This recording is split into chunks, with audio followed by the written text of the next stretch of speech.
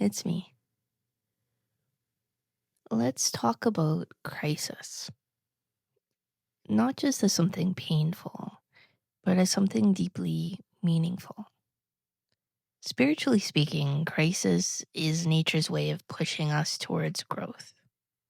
When change is needed but resisted by the ego, by the part of us that clings to control, life will bring about a disruption, not to punish us, more to break up what's stuck, to create space for something new and truer to emerge. When you're holding on tightly to an old belief, a pattern, or a way of living that's out of alignment with truth, life begins to shake. That shaking can look like confusion, pain, uncertainty, or a deep inner discomfort. Now, underneath all that is an intelligent process, one that wants to restore balance. If you're willing to meet the moment, crisis becomes a doorway.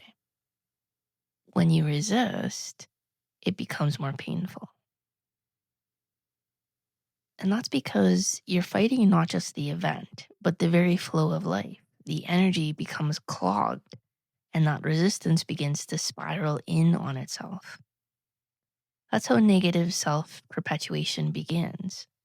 So let's say you feel fear, but instead of meeting the fear and being with it, you fear the fear.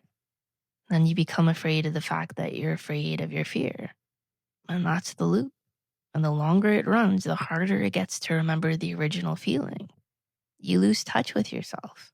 You feel more and more overwhelmed until eventually something's got to break. This is why crisis can feel like a collapse. But it's not a destruction for the sake of destruction. It's demolition to make room for a better foundation, like a thunderstorm that clears the air. Every emotion, every thought is energy, and energy builds momentum based on what's fueling it. If what fuels it is truth, love, and openness, it expands into more peace, more clarity, more connection. If it's fueled by fear, distortion, or illusion, it compounds that pain until it can't anymore. Crisis is the universe's way of saying, this can't go on. And in that moment, you have a choice to look at what needs to change or to keep avoiding it. Even if you don't face it right away, eventually the breakdown will come. Again, not as punishment, more as mercy, because the cost of living out of alignment for too long is too high. You can't stay in the old skin forever. Even death, in a spiritual sense, is kind of a crisis. It comes when the soul says, I can't do this anymore. And there's a miracle in this as well. The fact that you don't have to wait until it gets that extreme. You can meet what's trying to emerge before it explodes, before it becomes a crisis. You can choose to listen to what life is whispering before it has to shout. What makes a crisis painful isn't the change itself, it's the resistance to it. When you're open, even a big external shakeup can feel manageable. When you're closed off, even small things feel unbearable.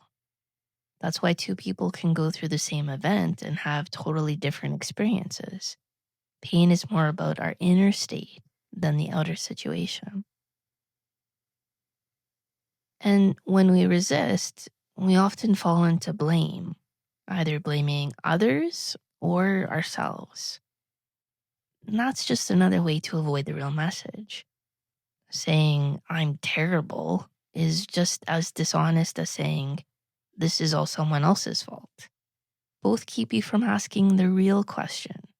What am I being asked to see? What truth am I avoiding? Every small moment of discomfort holds the potential for breakthrough. A tiny irritation, a passing mood, a conversation that lingers in your body. They're all little invitations. If you ignore them, they build. If you turn toward them with honesty and curiosity, you begin to dissolve the need for bigger crises. When you practice this, something beautiful happens. You start to handle life in a new way.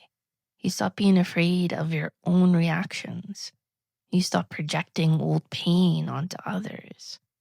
And you begin to feel a deeper freedom in your relationships because you're no longer held hostage by the past. And just as negativity can spiral, so can love, so can joy.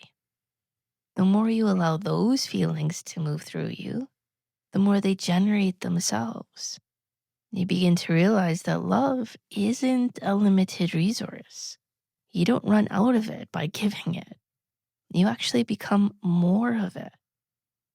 And this applies to every good thing: truth, beauty, peace, wisdom, creativity. They don't get used up, they expand. Once you tap into them, they start to flow more effortlessly. At first, it takes intention and effort. Then it becomes a self-sustaining current. You are not separate from that current. You are it. So I invite you to ask yourself, do you really believe in your potential to live this way? To create beauty, to heal, to experience a life filled with meaning and peace? Or are you still holding on to something you don't want to let go of? Everyone has their own version of the dark night. Some live in a steady gray, resisting the highs and lows. Others ride the waves of light and shadow in search of deeper truth.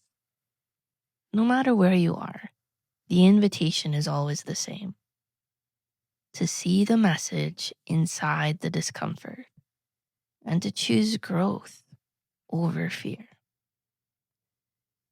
You're not being punished, you're being invited. If you can see crisis as a call to realignment, everything changes. You stop fearing what might fall apart, and you start getting curious about what's trying to be born.